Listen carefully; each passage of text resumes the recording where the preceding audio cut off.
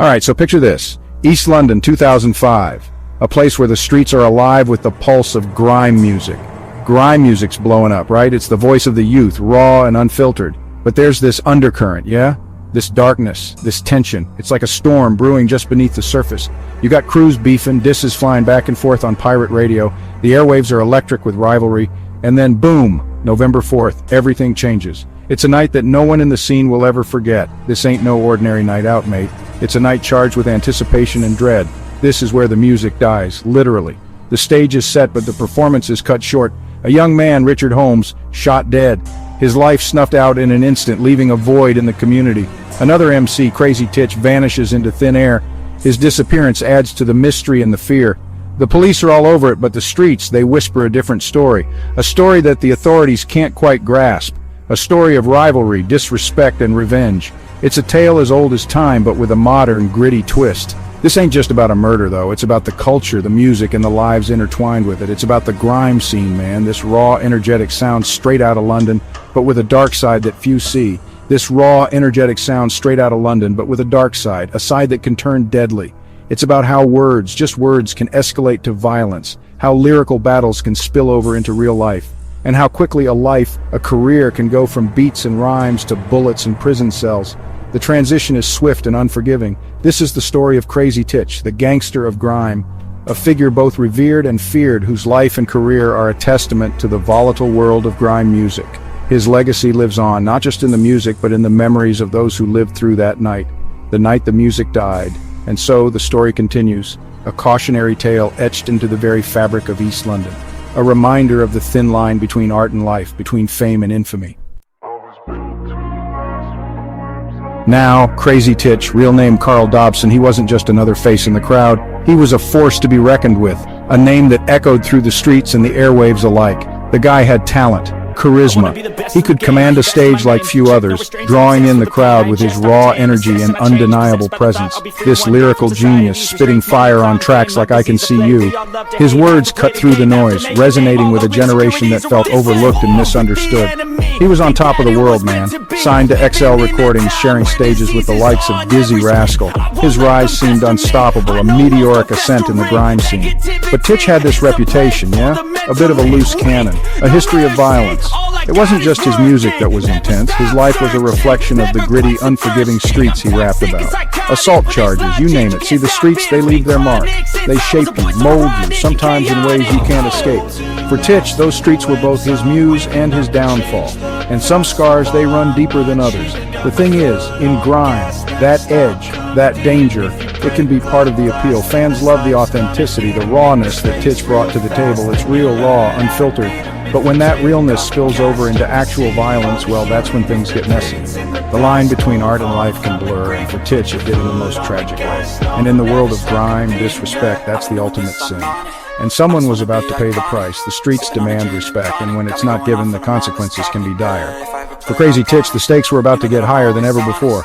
The turning point came when Titch found himself embroiled in a violent altercation that would change his life forever. The courtroom became his new stage, but this time the audience was a jury, and the stakes were his freedom. Convicted and sentenced, Crazy Titch went from grime star to wanted man, a cautionary tale of how the streets can both make and break you. His story serves as a stark reminder of the thin line between fame and infamy in the world of grime.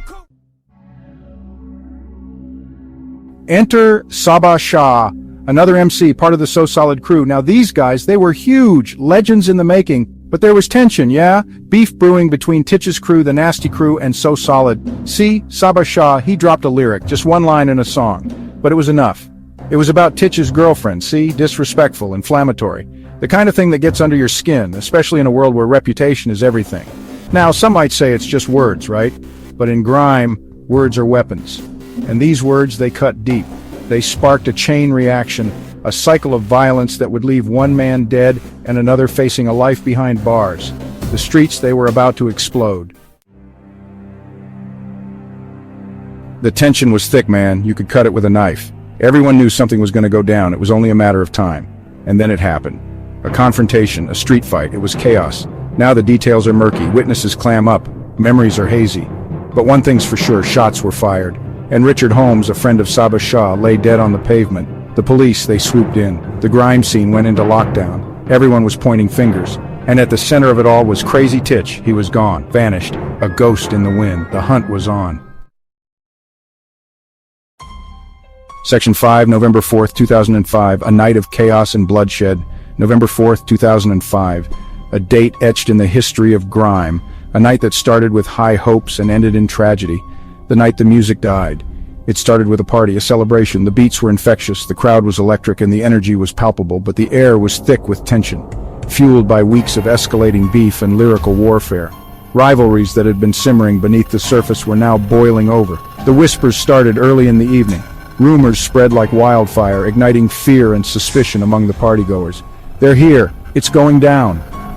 The words sent chills down spines, a premonition of the chaos to come. The music, once a source of unity and escape, now felt like a prelude to violence. The beats that once brought joy now seemed ominous, foreboding, and then it erupted. A scuffle, a shove, a spilled drink. What started as a minor altercation quickly spiraled out of control. The music stopped. The lights flickered. The atmosphere shifted from celebration to chaos in an instant.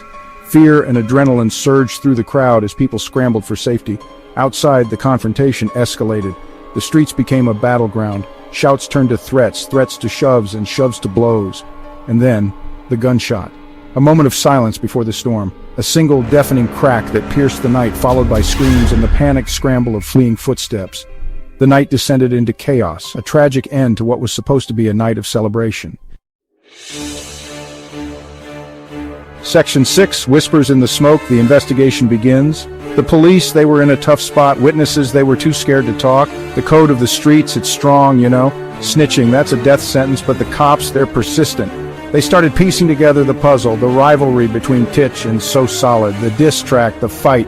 It all pointed to one thing, revenge. But proving it, that was another story. They needed evidence, hard evidence. In the streets, they weren't talking. The case, it was cold. But the whispers, they never stopped. Section 7, Dirty Goods, the accomplice or fall guy. Now here's where it gets interesting. The police, they arrested another man, a guy called Dirty Goods. He was there that night at the party, and witnesses, they placed him at the scene of the shooting. Dirty Goods, he claimed he was innocent, just in the wrong place at the wrong time. But the police, they charged him with murder. Said he was the one who pulled the trigger, but something didn't add up. The evidence, it was circumstantial. And rumors, they started swirling. Rumors that Dirty Goods, he was taking the fall for someone else, someone higher up, someone like Crazy Titch. Section 8, the trial of Crazy Titch, guilty by association. Years passed, the case went cold, and then, out of the blue, a break. Crazy Titch, he was arrested in Jamaica, extradited back to the UK to face trial for the murder of Richard Holmes. The prosecution, they built their case on the rivalry, the diss track, and the testimony of Dirty Goods. They said Titch ordered the hit, that he was the mastermind behind it all. But Titch's lawyers, they argued that he was being targeted, that the police, they were desperate to pin something on him. They said the evidence was weak, circumstantial, that Dirty Goods, he was lying to save his own skin. The jury, they had a tough decision to make. Section 9, a life behind bars. Crazy Titch's story continues. The verdict came back guilty. Crazy Titch, he was sentenced to life in prison. The judge, he called him a dangerous man, said he showed no remorse for his crimes. Titch, he maintained his innocence, said he was a scapegoat, but it didn't matter. He was going away for a long time. The grime scene, it was shaken. This wasn't just some petty beef gone wrong. This was murder, and it cast a long shadow over the genre. Crazy Titch, the gangster of grime, was now just another inmate. Section 10, the legacy of violence, grime's dark side. The story of Crazy Titch, it's a tragedy. A cautionary tale about the dangers of the streets, the power of words, and the seductive allure of violence. Grime music, it emerged from the streets. It's a reflection of the realities of life in inner-city London. But sometimes that reality, it can be brutal. The case, it raised questions about the culture of violence in grime, about the glorification of guns and gangs, about the fine line between art and reality. Some say the genre needs to change, to move away from the darkness. But others, they argue that it's a part of its DNA, that without the edge, it's not grime. Section 11, can music heal the wounds? A look at the future. So where does grime go from here? Can it escape the shadow of violence, or is it destined to be forever linked to the streets? The future, it's uncertain, but one thing's for sure, the music, it still has the power to inspire, to unite, to provide a voice to the voiceless. There are artists out there who are using their platform to promote peace, to challenge the status quo, to offer an alternative to the violence. The story of Crazy Titch, it's a reminder of the high stakes, but it's also a reminder of the power of music. And that's a story worth telling.